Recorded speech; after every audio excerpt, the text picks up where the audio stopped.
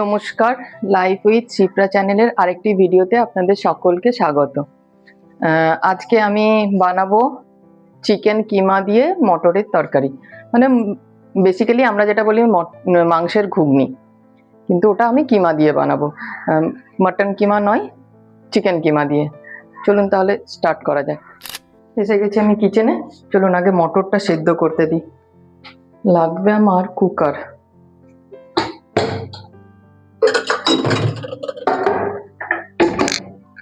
আগে মটরটা সেদ্ধ করতে দেবো। যতক্ষণ মটরটা সেদ্ধ হচ্ছে ততক্ষণ চলুন আমি পেঁয়াজটা কুচি করে নিই। পেঁয়াজ আর টমেটো কুচি করতে হবে, সেটা করে নিচ্ছি। আমি এখানে দুটো মাঝারি সাইজের পেঁয়াজ নিয়েছি। পেঁয়াজগুলো ছুলে আর চপারের মধ্যে দিয়ে আমি চপ করে নেব, তাহলে তাড়াতাড়ি হয়ে যাবে। এই আর কি, হাত দিয়ে করলে অনেকটা টাইম লাগে। দেখুন হয়ে গেল, 1-2 মিনিটেই হয়ে যায় চপিং করা। এরপর টমেটোটা নিয়ে নিলাম, টমেটোটাও চপ করে নিচ্ছি। ব্যাস দেখুন, এদিকে আমার মটর সেদ্ধ হয়ে গেছে, আমি নুন দিয়ে সেদ্ধ করে নিয়েছি। পেঁয়াজ কুচি হয়ে গেছে, টমেটো কুচিও আমার হয়ে গেছে। চলুন আমি এবার কিমাটা বানিয়ে নিই। চিকেনটা নিয়ে নেবো মিক্সির বাটিতে।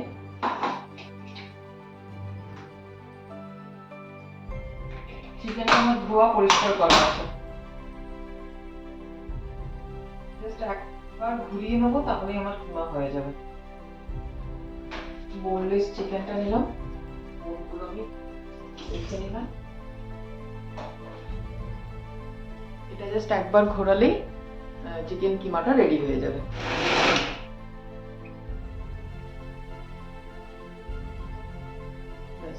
আমার কিমা রেডি, দেখুন একদম কিমা রেডি হয়ে গেছে। কিমাটা আমি বের করে নিচ্ছি একটা মিক্সিং বাউলে। এবার আমি এর মধ্যে দিয়ে দেবো আন্দাজ মতো নুন। নুনটা কিন্তু একটু ভেবে চিন্তে দিতে হবে, কারণ মটরেও আমার নুন দেওয়া আছে। যাতে বেশি না হয়ে যায় সেজন্য আমি সামান্য পরিমাণে নুন দিলাম। দেবো হলুদ, দিচ্ছি একটু ধনে গুঁড়ো, একটুখানি জিরে গুঁড়ো। এবারে নিচ্ছি কাশ্মীরি মির্চ পাউডার, চিকেন মশলা। আমি না এখানে একটা মেলা বসেছিল, সেই মেলাতে একটা কাশ্মীরি স্টল বসেছিল, সেখান থেকে আমি এই চিকেন মশলাটা নিয়ে এসেছি। তো এটা আমি আজকে ফার্স্ট ইউজ করছি, দেখি কীরকম লাগে না লাগে। সেই চিকেন মশলাটা একটু নিয়ে নিলাম।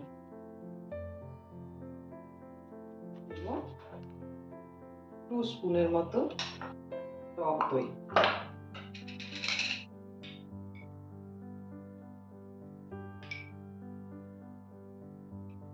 ব্যাস এতটাই টক দই দেবো। দিচ্ছি জিঞ্জার গার্লিক পেস্ট, অল্প পরিমাণে দিলাম, কারণ আমি বাকিটা ঘুগনি বানাবার সময় ইউজ করব। ব্যাস এবার এটা ম্যারিনেট করে রেখে দেবো আমি।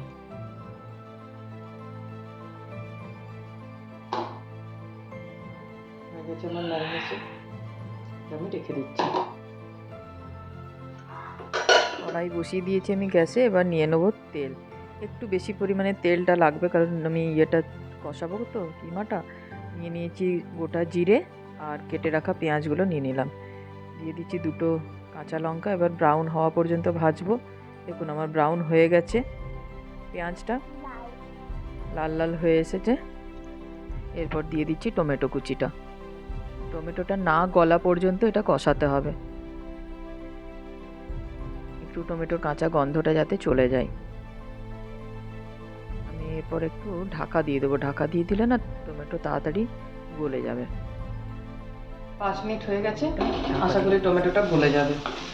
হ্যাঁ দেখুন, টমেটো একদম গলে গেছে। এবার আমি ম্যারিনেট করে রাখা চিকেন কিমাটা দিয়ে দেবো এর মধ্যে। কারণ দইটা যেহেতু আছে ওটার মধ্যে, তাই টমেটোটা ভালো করে ভাজা না হলে, টমেটো কাঁচা থাকলে দইটা কেটে যেতে পারে। কিমাটা এবার ভালো করে কষিয়ে নেব, দিয়ে ঢাকা দিয়ে দেবো। হয়ে গেছে, দেখি কি অবস্থা চিকেনের। দেখুন চিকেন থেকে জল বেরিয়েছে, চিকেনের কালারটাও চেঞ্জ হয়ে এসেছে। এটা কিন্তু খুব ভালো করে কষাতে হবে।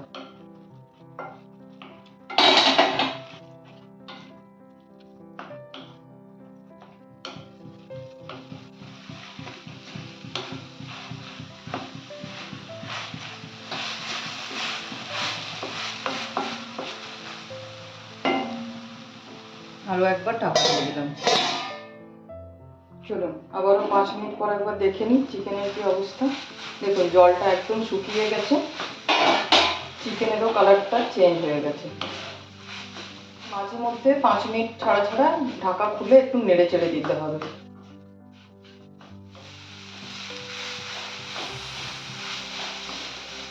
হয়ে গেছে আমার চিকেন কিমা হয়ে গেছে। এবার মটরটা দিয়ে দেবো। এই দেখুন মটরটা বলেছিলাম না আপনাদের বেশি সেদ্ধ হয়ে গেছে, পুরো বসে গেছে। মটরটা একদম বসে গেছে, তো তাই একটু জল দিয়ে দিয়ে আমাকে কষাতে হচ্ছে, মানে মশলাটার সাথে মেশাতে হচ্ছে। একটু জল দিয়ে দিয়ে মশলার সাথে মেশাবো। এবার এটা ফুটতে দেবো। দেখুন রেডি আমার কিমা ঘুগনি। চলুন এবার এটা অফ করে খালি করে নিই। এখানে আরেকটা স্টেপ বাকি আছে, আপনারা কিন্তু দেখুন ভালো করে।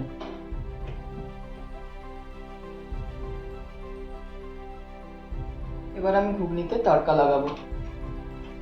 তড়কা প্যান বসিয়ে নিয়েছি, সরষের তেল নিয়ে নিয়েছি। এবার এটার মধ্যে দেবো আমি রসুন। কয়েক কোয়া রসুন আমি কুচি করে রেখেছি, সেটা আমি এর মধ্যে দিয়ে দিলাম।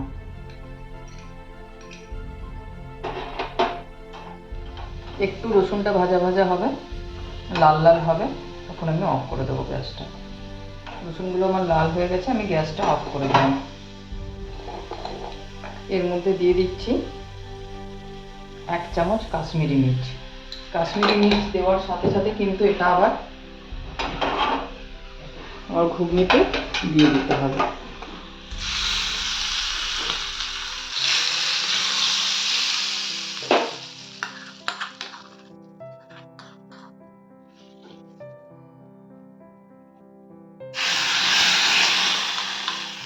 ব্যাস রেডি আমার মটর কিমা বা কিমার ঘুগনি, যা বলবেন। আপনাদের যদি আমার ভিডিও ভালো লাগে তাহলে আমার চ্যানেলটি অবশ্যই সাবস্ক্রাইব করবেন, লাইক কমেন্ট আর শেয়ার করতে ভুলবেন না। আপনাদের অনেক অনেক ধন্যবাদ। দেখা হবে পরের আরেকটি ভিডিওতে।